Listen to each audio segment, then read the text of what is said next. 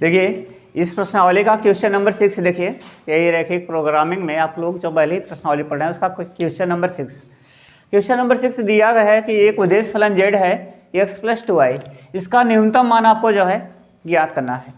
वो भी अवरोध आपको दिए हैं, यानी कंडीशंस क्या दिए हैं, 2x + y is greater than or equal to 3, x + 2y is greater than or equal to 6 और y जो है 0 से बड़ा है। ठीक है, तो यहाँ पे देखिएगा इसका पहले टेबल बनाइए, टेबल 2x + y = 3। तो ग्राफ बनाने के लिए हम बराबर वाली स्थिति ले लेते हैं, 2x + y = 3। तो ध्यान दीजिएगा,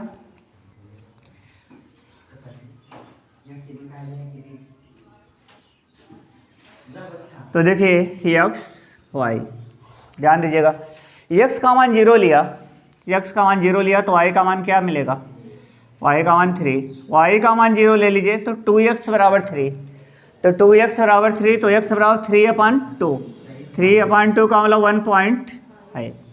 ठीक है, अब यहाँ पे देखिएगा आप लोग इसका हल क्षेत्र पहले ही निकाल लीजिए, मूलबिंदु से चेक कर लीजिए। तो 0, 0 से सेटिस्फाई कराइए, 2x + y is greater than or equal to 3 है ना, तो 0, 0 मूलबिंदु से संतुष्ट कराइए, तो 0 + 0 is greater than or equal to 3, तो 0 is greater than or equal to 3।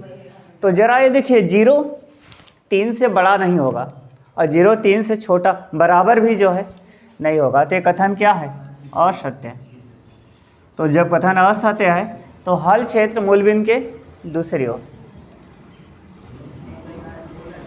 हल क्षेत्र मूलबिंदु के दूसरी ओर आएगा।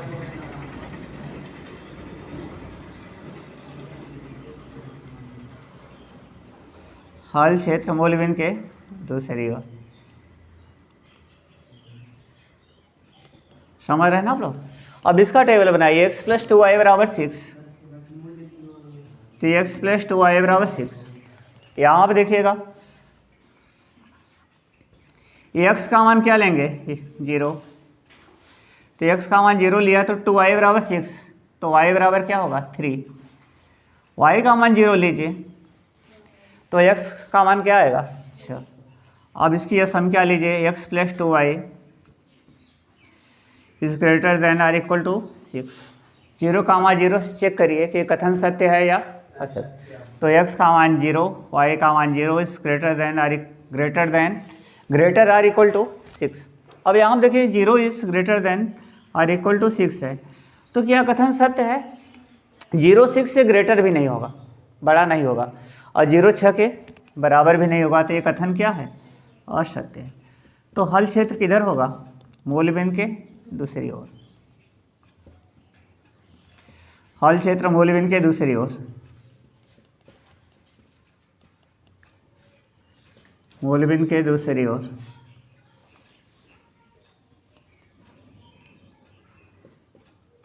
आप देखिएगा इसका ग्राफ बनाइए, तो ग्राफ आपका क्या है, ये मूलबिंदु है 0, 0, ये x अक्ष है, x अक्ष का समीकरण क्या होता है, y = 0, ये y अक्ष है, y अक्ष का समीकरण x = 0।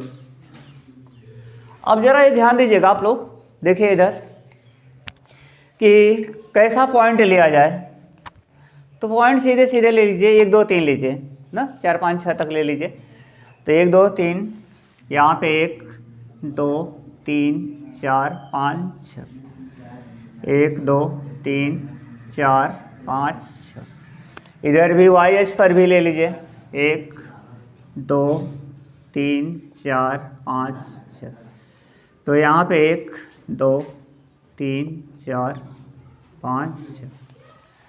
अब जरा आप लोग ध्यान दीजिएगा, पहले का ग्राफ बनाइए, तो पहले का ग्राफ कैसे बनाएंगे, देखिए पहले का ग्राफ 0, 3 कहाँ पर होगा, y अक्ष पर। जब भी x निर्देशांक 0 हो तो y अक्ष पे, y निर्देशांक 0 है तो x अक्ष पे, तो 0, 3 y अक्ष पे होगा, तो y अक्ष आपका यहाँ पे है, ये 0, 3 ये पॉइंट है, 0, 3। दूसरा पॉइंट 1.5, 0, 1.5 का मतलब क्या है, 1 से ज़्यादा और 2 से कम, यानी 1 और 2 के बीच में, सीधे सीधे, तो यहाँ पे मिलेगा 1.5, 0। ठीक है, अब इसका हम मिलाकर इसका ग्राफ बना दे रहे हैं। अब देखिए इसको मिला दिया तो इसका ग्राफ बना। इसका समीकरण क्या है? 2x + y = 3। तो 2x + y = 3 है। अब जरा आप लोग ये ध्यान दीजिएगा, इसका हल क्षेत्र किधर है? ऊपर की ओर, मूल बिंदु के दूसरी ओर। देखिए हल क्षेत्र इधर किधर है? मूल बिंदु के दूसरी ओर, ये ऐसे है, मूल बिंदु की दूसरी ओर। अब दूसरे का ग्राफ बनाइए। 0,3 है। 0,3 कहाँ पे होगा? वाई अक्ष पर। तो 0,3 देखिए यही वाला पॉइंट है, ये वाला, ये मिल रहा है ना, 0,3। और इसका 6,0। तो 6,0 ये यहाँ पे है, ये वाला पॉइंट है 6। अब इन दोनों को मिला के इसका भी ग्राफ बनाइए। इसका ग्राफ ऐसे बन गया। ठीक है, अब इसका समीकरण क्या है? x + 2y = 6। x + 2y = 6। ठीक है, अब इसका हल क्षेत्र, इसका भी हल क्षेत्र किधर है? मूल बिंदु के दूसरी ओर। तो मूल बिंदु के दूसरी ओर देखिए इसका भी दूसरी ओर है, यहाँ भी ये दूसरी ओर है। अब जरा बताइए कि दोनों का उभयनिष्ठ हल क्षेत्र कहाँ होगा, जहाँ पे दोनों मिल रहे होंगे। अब देखिए यहाँ पे अगर हम लेते हैं तो यहाँ पहले वाली रेखा का हल क्षेत्र है लेकिन दूसरे का नहीं है, और यहाँ पे ले रहे हैं तो दूसरी का है लेकिन पहले का नहीं दिख रहा है। लेकिन जब हम इसको आगे बढ़ाएंगे, ऐसे ऊपर बढ़ाएंगे, तो ये जाके दोनों यहाँ पर जो है मिल जाएंगे। मिल जाएंगे कि नहीं मिलेंगे? जब इसका हल क्षेत्र आगे बढ़ाया जाएगा तो आगे मिल जाएगा। तो यहाँ पर देखिए इसका हल क्षेत्र ये वाला, यहाँ पे दोनों के होंगे। देखिए पहली वाली रेखा जब ऊपर बढ़ाई जाएंगी ऐसे, तो यहाँ पे आके मिल जाएंगे। देखिए इसको भी ऊपर बढ़ाया जाएगा तो यहाँ पे मिल जाएगा। तो यहाँ पर ही ये जो एरिया मिल रही है, यहाँ पे ये क्या है? उभयनिष्ठ सुसंगत हल क्षेत्र है। लेकिन ये जो हल क्षेत्र मिल रहा है ये परिबद्ध है या अपरिबद्ध? तो ये अपरिबद्ध है क्योंकि ये बंद नहीं है, बाउंड जो है नहीं है। तो ये क्या है? अपरिबद्ध, अपरिबद्ध सुसंगत हल क्षेत्र। अपरिबद्ध सुसंगत हल क्षेत्र, ये परिबद्ध नहीं है। यहाँ पे देखिए इसके जब हल क्षेत्र ऊपर जाएगा तो यहाँ पे मैच मिलेगा। तो यही आपका उभयनिष्ठ हल क्षेत्र है, यही आपका सुसंगत हल क्षेत्र है। अब जो आपका उद्देश्य फलन z है उसका अधिकतम या न्यूनतम मान इस अपरिबद्ध हल क्षेत्र के कोणीय बिंदु पर जो है मिलेगा, यानी कॉर्नर पॉइंट से मिलेगा। अब इसके कोणीय बिंदु कौन से हैं जरा आप लोग देखिएगा। एक कोणीय बिंदु तो ये मिल रहा है, यहाँ पे दोनों का है 0,3, और दूसरा जो है ए वाला मिल रहा है, ए वाला। तो यहाँ पे अब निकालने की ज़रूरत नहीं है, यहाँ पे कहीं काट जो है नहीं रहा है। जहाँ पे काट रहा है उसका हमें पहले से ही मालूम है कितना है, 0,3, और इधर 6,0। इन्हीं दोनों पॉइंट्स पर हमें देखना है कि उसका न्यूनतम मान कितने के बराबर है। तो ज़रा आप लोग देखिएगा, इसको हम बना रहे हैं, इसका ले रहे हैं कोणीय बिंदु, कोणीय बिंदु, और यहाँ पर z का मान। तो z क्या है? z क्या है? x + 2y। तो यहाँ z का मान है x + 2y, x + 2y का मान। तो दो कॉर्नर पॉइंट मिल रहे हैं, दोनों पॉइंट पर निकालिए। ये कॉर्नर पॉइंट आपका ये है, क्या है? 0,3। दूसरा कॉर्नर पॉइंट क्या है? एक कॉर्नर पॉइंट 0,3 है, और दूसरा कॉर्नर पॉइंट आपका ये है 6,0, ये वाला है। तो यहाँ पर मान निकालिए। तो 0,3 पर देखिए z बराबर x का मान 0 रखिए और y का मान 3, तो 2 × 3, तो इसका मान कितना आ रहा है? अच्छा, अब यहाँ पे देखिएगा z का मान जरा देखिएगा। तो यहाँ पे x का मान 6 रखिए और y का मान, ठीक है, y का मान 0, तो ये आपका 0 हो जाएगा। तो दोनों मान आपके बराबर मिल रहे हैं, ठीक है। तो दोनों मान बराबर हैं तो यह न्यूनतम मान हो भी सकता है और नहीं। क्यों? क्योंकि यहाँ पे जो हल क्षेत्र मिला है वो परिबद्ध नहीं है। अपरिवर्तित है। तो अब जेड का भी ग्राफ बनाएंगे। तो जेड क्या है, उद्देश्य फलन का ग्राफ कैसे बनाएंगे? देखिए इधर हम थोड़ा सा इरेज कर रहे हैं। तो जेड का ग्राफ कैसे, जेड का मान किससे छोटा लेंगे? 6 से, क्योंकि यहाँ पे दोनों मान आपस में बराबर है। तो जेड इज लेस देन 6। तो यहाँ पे देखिए जेड का मान, न्यूनतम मान देखना है तो जेड का मान 6 से छोटा लेंगे, क्योंकि ये मान हमें 6 मिल रहा है। तो जेड इज लेस देन 6। अब जरा देखिए जेड का है क्या, x प्लस 2y। तो x plus 2y is less than 6। लेकिन ग्राफ बनाने के लिए हम कौन सी स्थिति लेंगे?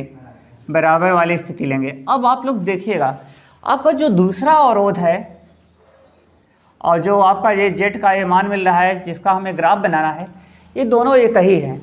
देखिए इसका भी हम जब ग्राफ बनाए होंगे तो बराबर वाली स्थिति लिए थे, x प्लस 2y बराबर 6। तो x प्लस 2y बराबर 6 तो ये भी है ना, तो दोनों का ग्राफ एक ही आएगा, दोनों का ग्राफ एक ही आएगा। जो ग्राफ x प्लस 2y बराबर 6 का है वही इसका भी होगा, क्योंकि यहाँ पे बशर्ते अंतर इतना है कि यहाँ पे ग्रेटर देन था, यहाँ पे लेस देन है। लेकिन ग्राफ जब बनाया गया था इसका तो अब भी बराबर वाली स्थिति लिए थे, इसका बना रहे हैं, तो यानी दोनों का ग्राफ एक ही आएगा। लेकिन दोनों में अंतर क्या होगा? अंतर समझिए, यहाँ पर ये डॉटेड लाइन से होगा, ग्राफ यही होगा x प्लस 2y बराबर 6, लेकिन ये जो है डॉटेड लाइन से होगा, यानी इसके हल क्षेत्र में ये लाइन वाले जो बिंदु है वो शामिल जो है नहीं होंगे, ये लाइन वाले बिंदु शामिल, क्योंकि यहाँ पे बराबर वाली स्थिति है लेकिन यहाँ पे बराबर वाली स्थिति नहीं। अब जरा ये देखिएगा, तो इसके हल क्षेत्र में ये जो है डॉटेड लाइन से है, यानी हल क्षेत्र में ये रेखा के जो पॉइंट है वो शामिल नहीं होंगे, पहली बात। दूसरी बात ये देखिए, अब इसका हल क्षेत्र की दिशा क्या होगी, इसके हल क्षेत्र की, ये तो पहली बात क्लियर हो गया कि इसका हल क्षेत्र उद्देश्य फलन का भी जो ग्राफ आएगा वो यही होगा, x प्लस 2y बराबर 6। यानी उद्देश्य फलन का ग्राफ और ये जो अवरोध का ग्राफ है दोनों अलग अलग नहीं बल्कि एक ही है। अब दूसरी बात देखिए, दूसरी बात ये देखिए कि इसकी दिशा किधर है। तो आपकी यह संख्या ये है x प्लस 2y बराबर 6, x plus 2y is less than 6।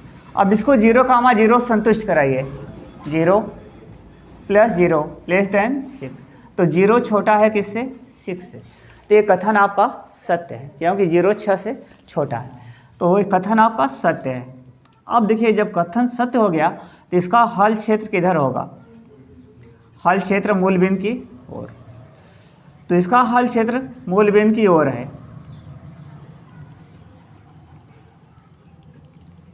तो इसका हल क्षेत्र ध्यान दीजिएगा मूल बिंदु की ओर है, यानी नीचे है। ध्यान दीजिए ये नीचे है, मूल बिंदु की ओर है, यानी जेड का हल क्षेत्र नीचे की ओर है, मूल बिंदु की ओर है, इस दिशा में है।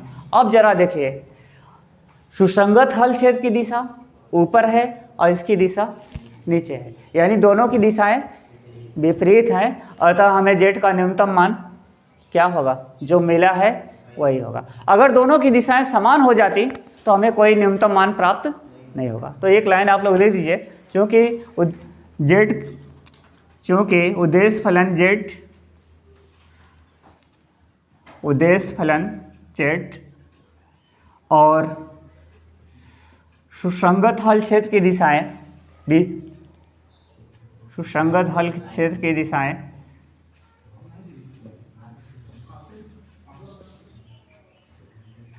सुसंगत हल क्षेत्र की दिशाएं एक दूसरे के विपरीत हैं,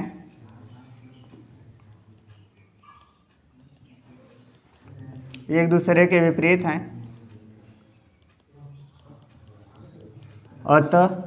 अतः जेड का न्यूनतम मान क्या होगा? 6।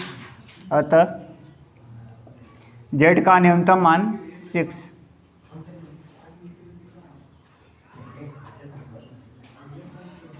आप लोग देखिए ऐसा भी आपको सवाल मिलेगा आगे कि जहाँ पे दिशाएं विपरीत नहीं बल्कि दिशाएं जो है समान होगी, तो वहाँ पे कोई न्यूनतम या अधिकतम मान प्राप्त नहीं होगा।